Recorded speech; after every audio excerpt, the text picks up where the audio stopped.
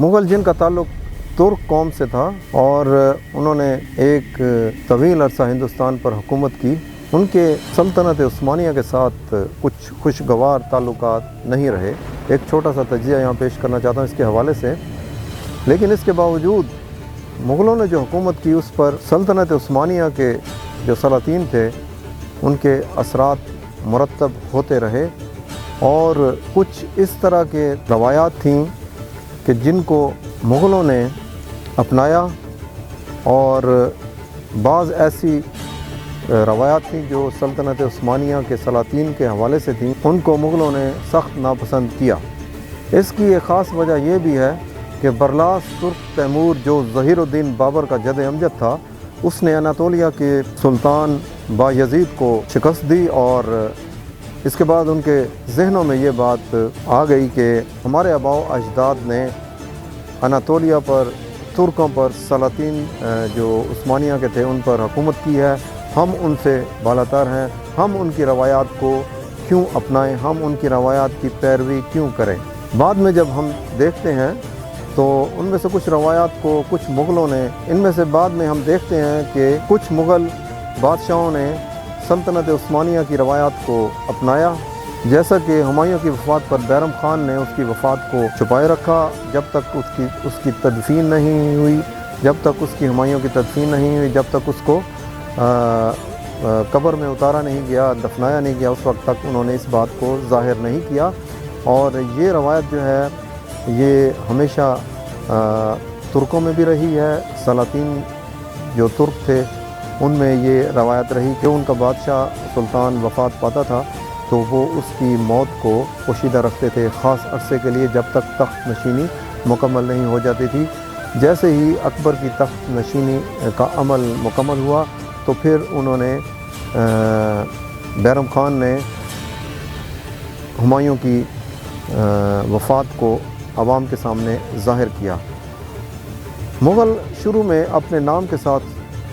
सल्तनत उस्मानिया के सलातीन के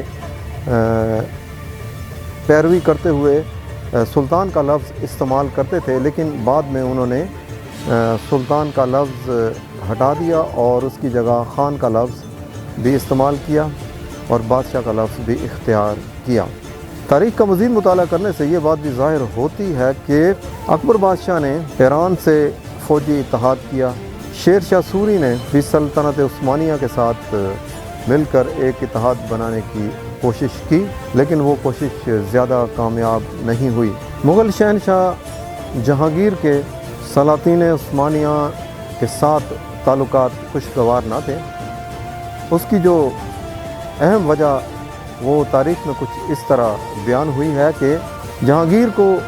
इस बात का गिला था, शिकवा था कि उसकी तख्त नशीनी की तकरीब में सलातीन उस्मानिया में से कोई शरीक नहीं हुआ। यहाँ तक कि कोई सल्तनत उस्मानिया का सफ़ीर भी हिंदुस्तान आकर इस तकरीब में शामिल नहीं हुआ और इस वजह से ये ताल्लुकात हमेशा उसके जो हैं वो सल्तनत उस्मानिया से कशीदा रहे। इसके बरअक्स जब हम देखते हैं शाहजहां का दौर, तो शाहजहां के दौर में सल्तनत उस्मानिया का जो बादशाह था सुल्तान मुराद, उससे ख़ुसूसी दरख्वास्त की शाहजहां ने और ताज महल की जो तामीर की गई, जो दुनिया में एक ख़ूबसूरत इमारत तस्वर की जाती है, तलसमाती इमारत, और अभी भी आजकल भी उसकी वही हैसियत है जो आज से कई सौ साल पहले थी खूबसूरती के हवाले से। तो जब ताज महल की तामीर का प्रोग्राम बनाया शाहजहां ने, तो उसने सल्तनत उस्मानिया के सुल्तान मुराद से दरख्वास्त की कि अपने मामार और इंजीनियर्स हिंदुस्तान भेजे जाएं। तो उन्होंने आकर ये ताज महल की डिज़ाइनिंग की। गो कि आप ये कह सकते हैं कि ताज महल की तामीर में भी सल्तनत उस्मानिया के मामारों का बहुत बड़ा हाथ है, बहुत बड़ी मेहनत है, बहुत बड़ी कोशिश है, जो तुर्की की एक फ़न तामीर का बेहतरीन नमूना इसको कहा जा सकता है। टीपू सुल्तान जब कंपनी की हुकूमत से बरसर पैकार था, अंग्रेज़ों के ख़िलाफ़ तवील जंग लड़ रहा था, तो उसने सल्तनत उस्मानिया के سلاطین سے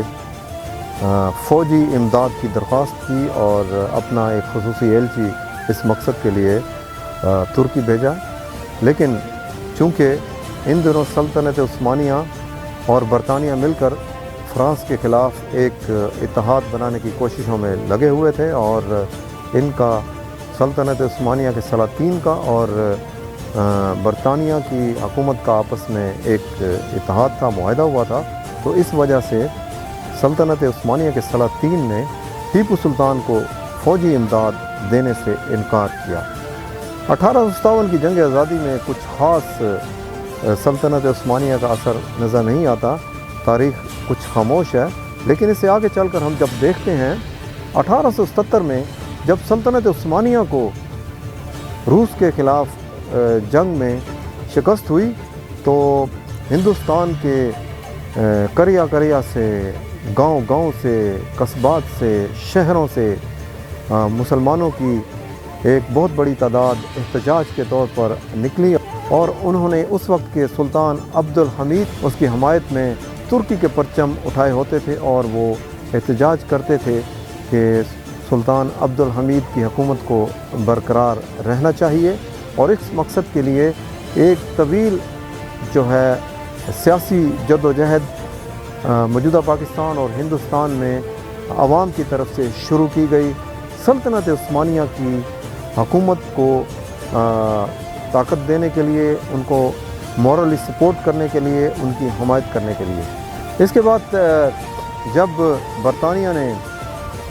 سلطنت عثمانیہ پر چڑھائی کی تو ہندوستان میں تحریک خلافت کے نام سے ایک تحریک شروع کی گئی، جس کے روح رواں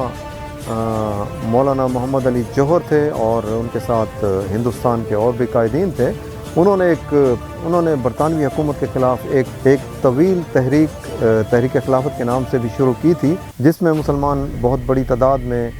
نکلے اور انہوں نے تحریک خلافت کی حمایت کی، اور ہندوستان کے مسلمانوں نے یہاں تک کہ سلطنت عثمانیہ کی خلافت کو بچانے کے لیے اپنے فنڈز دیے، انہوں نے جو ہے امداد دی، جو جس کے ہاتھ میں تھا انہوں نے ترکی میں سلطنت عثمانیہ کو بچانے کے لیے پیش کیا۔ یہاں تک کہ جیسے ہم دیکھتے ہیں تاریخ کے اوراق کو پلٹتے ہیں تو کوئٹہ میں جو وہاں کے جان محمد کانسی صاحب تھے، جن کا ایک بہت بڑا نام ہے، اور کوئٹہ جو کوئٹہ شہر ہے موجودہ، وہ کانسیوں کی ملکیت تصور کیا جاتا ہے، اور وہ جان محمد کانسی صاحب نے اشرفیوں کی کئی تھیلیاں سلطنت عثمانیہ کی امداد کے لیے بھیجیں، اور یہ بہت کم لوگ اس واقعے کو بیان کرتے ہیں، اور سلطنت عثمانیہ کی اس طرح کی مدد کرنے کی وجہ سے جان محمد کانسی صاحب پر جو ہے اس وقت کی برطانوی حکومت نے اور وہاں کی انتظامیہ نے جائیداد فروخت کرنے پر جو ہے پابندی لگا دی، اور ایک عرصہ تک وہ اپنی کوئی آبائی وراثتی جائیداد وہ فروخت نہیں کر سکتے تھے۔ یہ ایک چھوٹی سی مثال ہے۔ اس طرح ہندوستان کے مختلف علاقوں سے جو سلطنت عثمانیہ سے محبت کرنے والے لوگ تھے، انہوں نے بہت بڑی تعداد میں سلاطین عثمانیہ کی حمایت میں جو ہے امداد پیش کی۔ سلطنت عثمانیہ کے ہندوستان کی حکومتوں پر مرتب ہونے والے اثرات بیان کرنے کا مقصد یہ ہے کہ ہمیشہ سے ہندوستان کے مسلمانوں کی ہمدردیاں ترکی کے عوام کے ساتھ رہی ہیں، اور آج بھی 2023 میں یہاں کے عوام، یہاں کے مسلمان ترکی کی تاریخ سے، ثقافت سے اسی طرح محبت کرتے ہیں جس طرح سینکڑوں سال پہلے ان کے آباء و اجداد بزرگوں نے ترکی سے اپنی یکجہتی کا اظہار کیا تھا۔ اس طرح کے مزید پروگرام ETV فیکس پر دیکھتے رہیے۔ اب اپنے میزبان محمد عدنان کو اجازت دیجیے اگلے سلطنت عثمانیہ کے اگلے ایپیسوڈ کے لیے۔ مہربانی، اللہ حافظ۔